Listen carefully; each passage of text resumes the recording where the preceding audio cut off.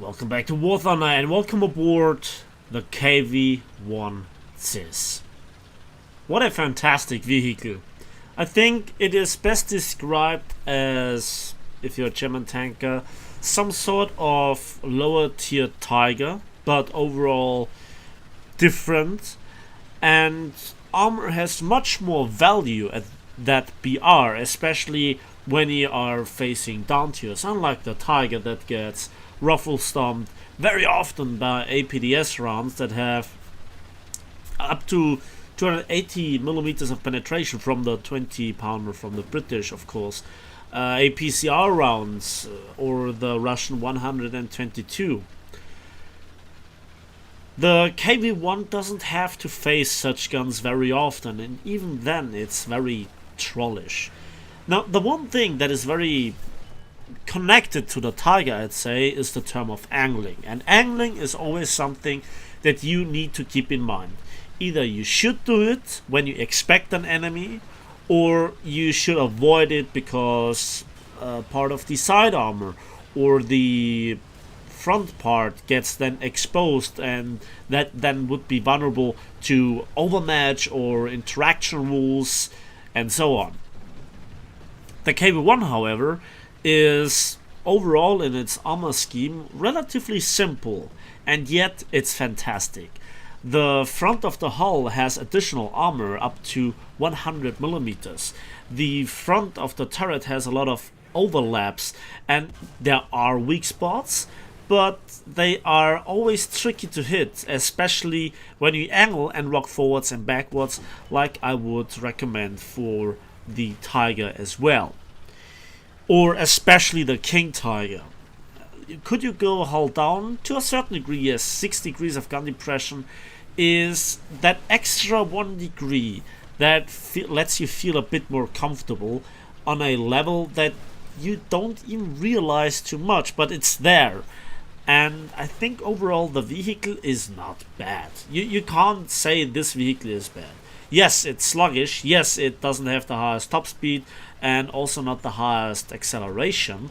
It doesn't have an outstanding gun. In fact, the gun is not that great. However, your advantage in RB is you don't face Russians, except for certain vehicles that we will see just in a moment, captured Russian premiums.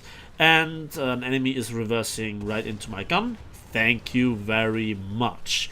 So, of course, you can always say the enemy and their play helps, but do you think this guy expected me?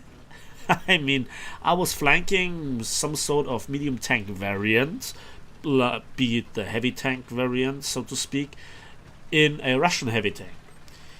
So, what I really like about the KV-1 is that it has some overall speed advantage. It has some overall good performance. There is no particular section that this tank is very bad at. And I actually spotted that that Stück 3F, but I didn't spot the Panzer 4 that was down on the rocks. Yeah, now I see it in the recording, but now here I didn't see him. So that was a classical mistake. I didn't expect to be there something. And oh boy, that's a KV-2. It was a KV-2. So a KV-1 can kill a KV-2 and the other way around, of course. I was quicker on the trigger, and I also, got that flat part of the turret section right on the gun, where my penetration with the APAG is good enough. And what an APAG it is. This is a 76mm gun, and just let's go roughly over the stats. This is no tank review, this is just showing off a battle. Now you have 2 APAG rounds, BR350A, 80mm of penetration and very short fuse delay, but 150 grams of TNT, that's massive. And then also the BR350B with the MD8 fuse that has a longer fuse, so it goes deeper into the tank before it explodes, and then it has 98mm of penetration, so significantly more. And yeah, the TNT equivalent is the same as on the German Long 88, so 108.8 grams. That is not too bad, especially at that battle rating. However, the reload seems a bit long. It's on average, to be honest, but it feels longer than you'd expect such a short barrel 75. Same goes for the Shermans. And now I see the tank where he is, and I actually, well, he either was very unlucky with his shots or had the typical experience with Russian KV-1s. And yeah, this is the Panzer IV with its fantastic 75mm gun. One shot back and one shot. And then somebody shot into in my turret. And I'm down to 2 crew members. My turret ring is damaged. Now my track is gone as well. And I just try to spot them. So 50 seconds repair time initially with 2 crew members left. Yeah, that's a long repair time, but I still can kill the enemy because my gun breach was the first thing that was repaired. This AAA doesn't have a real chance. I mean, the Gepard is awesome under the right circumstances, but going head on against a KV-1, yeah, I can ignore him and focus on much more dangerous vehicles such as the Stu-42. And well, I think to myself, now I have to defend myself, and now the machine gun is empty, it has to reload, oh bugger. And a T-34 destroyed the Stu-42. That's something that I really realize.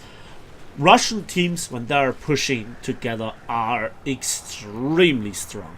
And it just takes you 1 or 2 bounces before you can zero in the enemy with deadly accuracy.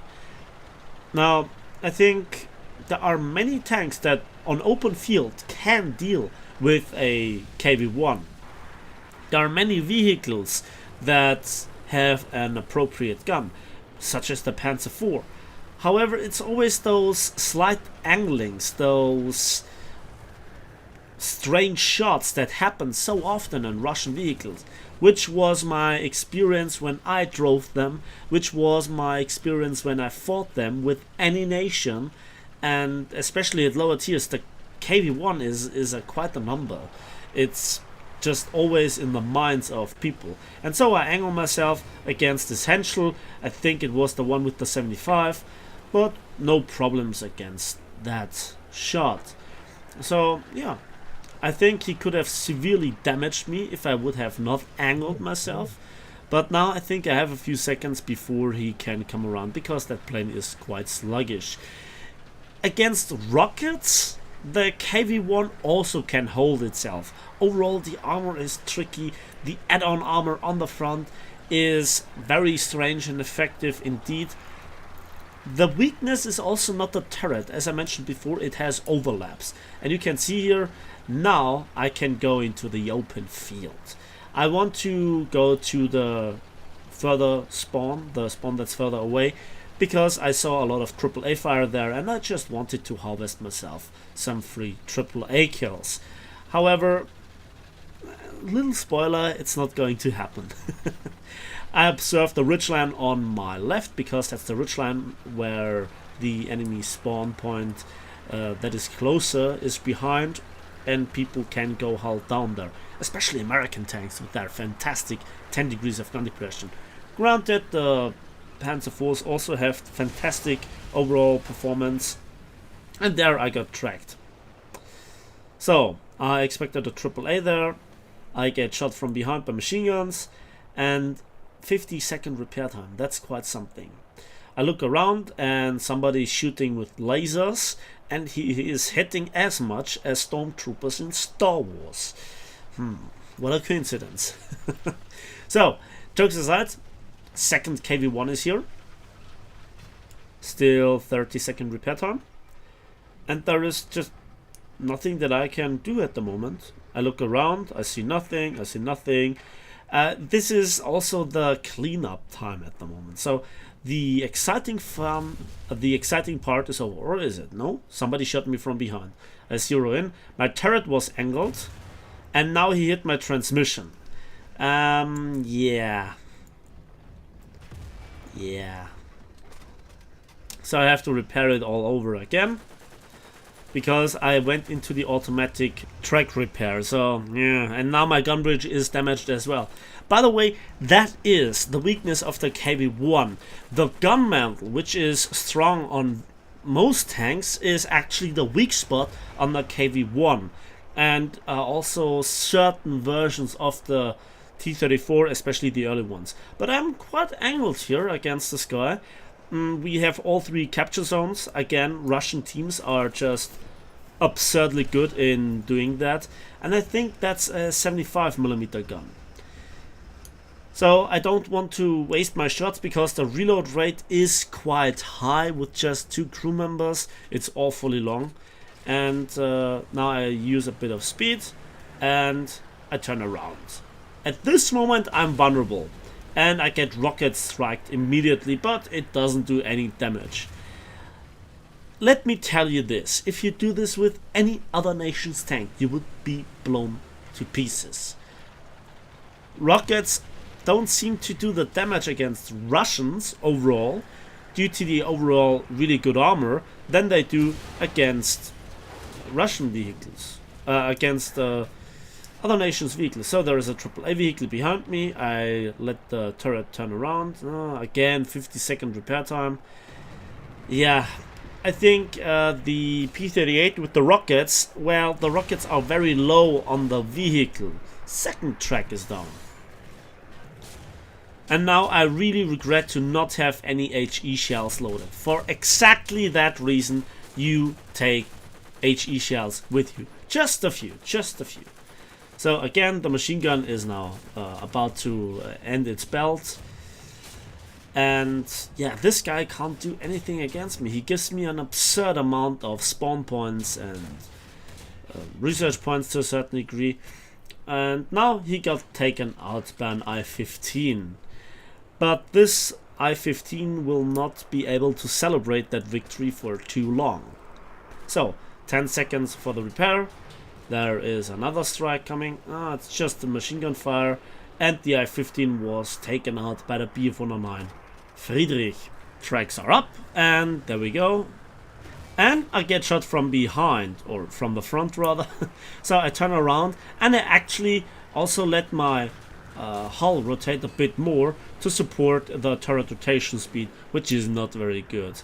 And at that moment I wanted to pull the trigger, but finally, after dozens of shots, what it feels like, the M4 found my weakness with a solid AP shot, and he penetrated through the gun mantle, through the gun breech, and then killed me. And that was the end of the match, and I died honorably for Mother Russia. Yeah, the KV-1, it's always kind of fun to play if you know what you're doing. 6 ground units destroyed, 1 kill assist, and also 1 zone captured.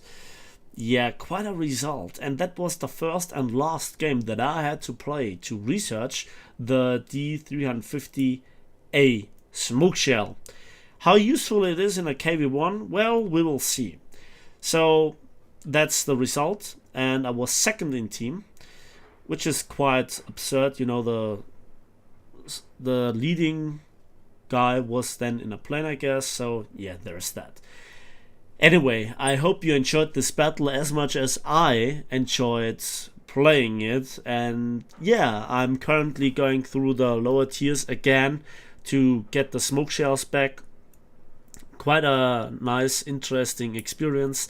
As usual, please give this video a like if you did, subscribe if you want to see more, and we will see each other on the battlefields of War Thunder.